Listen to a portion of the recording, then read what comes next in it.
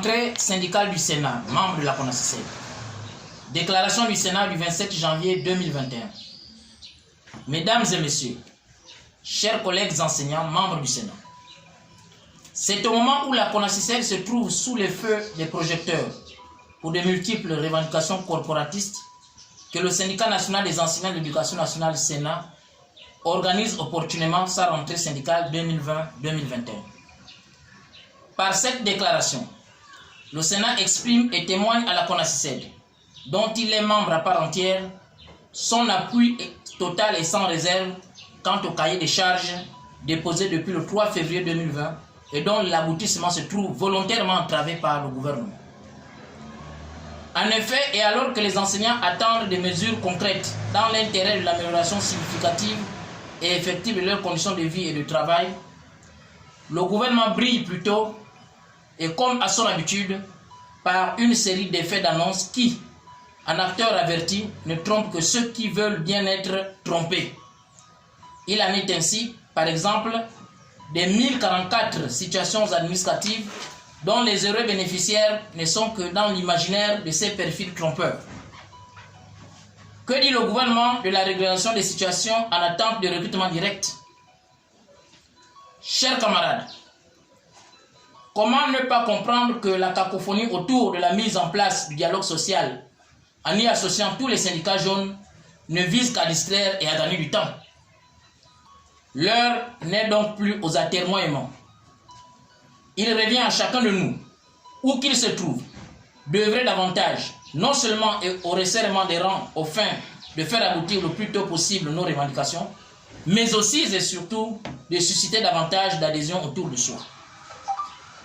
Il n'y a que par la mobilisation que nous parviendrons à reprogrammer les concours internes d'entrée à l'ENI, à l'ENS et à faire payer les rappels soldes, à faire respecter les nominations régulières au sein du ministère de l'Éducation nationale, à faire régulariser toutes les situations administratives, recrutement, intégration, titularisation, avancement, reclassement à prestage et à faire exécuter tous les points du cahier de charges. Enseignantes, enseignants, nous sommes des acteurs privilégiés de l'éducation. Nous n'avons donc pas à cautionner les exactions et le mal dont nous sommes victimes.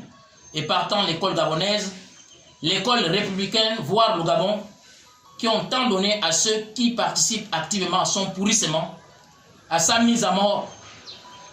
Quel rendement attend-on des enseignants maltraités, appauvris, à qui l'on empêche de donner le meilleur d'eux-mêmes dans l'exercice de leur profession? Chers collègues, excepté la transmission des connaissances, les méthodes de raisonnement et d'apprentissage qui nous qualifient, nous devons faire preuve de dévouement et d'exemplarité pour ce qui est des revendications des situations qui nous concernent au plus haut point, y compris la société dans son entièreté. En effet, aussi longtemps que nous ne serons pas traités à la hauteur de ce qui nous revient de droit, de ce que nous méritons, notre rendement malheureusement ne suivra pas, ne sera pas bon. Aussi longtemps qu'en tant que lumière de la société gabonaise, nous accepterons passivement d'être malmenés, traités comme des va-nu-pieds, des malpropres, etc., par ceux qui ont été formés par nous, par nos partenaires. Les problèmes que nous dénonçons ici persisteront. Nous avons le devoir d'influencer positivement le fonctionnement de l'école gabonaise et tirer la sonnette d'alarme pour trouver gain de cause à toutes les revendications que nous posons, au risque de voir se perpétuer cette léthargie qui surplombe les acteurs de l'école que nous sommes. Cette léthargie qui s'est installée nous donne raison au regard des images circulant ces jours sur les réseaux sociaux au sujet de nos enfants, de nos apprenants, de nos élèves, à qui l'on permet tout, sauf d'acquérir la vertu et les valeurs utiles à la formation, à l'éducation, aux principes moraux et éthiques, devant et pouvant veiller à leur réussite. L'irrespect avec lequel on traite l'enseignant dénote de la légèreté du suivi qu'on a réservé à ses élèves, qui manquent de repères dans une école gabonaise moribonde, avec à la tête des établissements des responsables illégaux, voire illégitimes, qui n'ont point droit de regard sur les élèves et le contenu de leur cartable. Dans quelle enceinte d'établissement a-t-on accès avec des coiffures de charme, des uniformes retouchés, des ongles vernissés et longs, des boissons alcoolisées, des portables Android, etc., qui sont logiquement à proscrire. De plus, quelle influence médiatique au niveau national et international subissent ces élèves sans que l'État n'en soit inquiété, n'en éprouve le moindre remords. Si l'on maintient dans la précarité, la pauvreté, la mendicité l'enseignant, c'est parce que c'est lui qu'il est censé former, en l'occurrence ici l'élève, est le dernier souci de ceux qui dirigent. Sinon, les solutions aux problèmes posés auraient déjà trouvé des échos favorables. Chers collègues, nous sommes des éveilleurs de conscience. Comment justifier que certains d'entre nous décident de laisser la leur endormie sous l'emprise des dirigeants qui promettent indéfiniment sans réaliser l'objet de leurs promesses? Aucune revendication dans le monde ne s'est gagnée sans lutte, sans combat. Si le cri de notre pacifisme enseignant est ignoré, alors usons de méthodes autres pour avoir gain de cause. Mais faisons-le ensemble, bien et efficacement. Dans cet état d'esprit, le Sénat poursuivra sa tournée interprovinciale. Les adhérents du Sénat bénéficieront également des formations syndicales.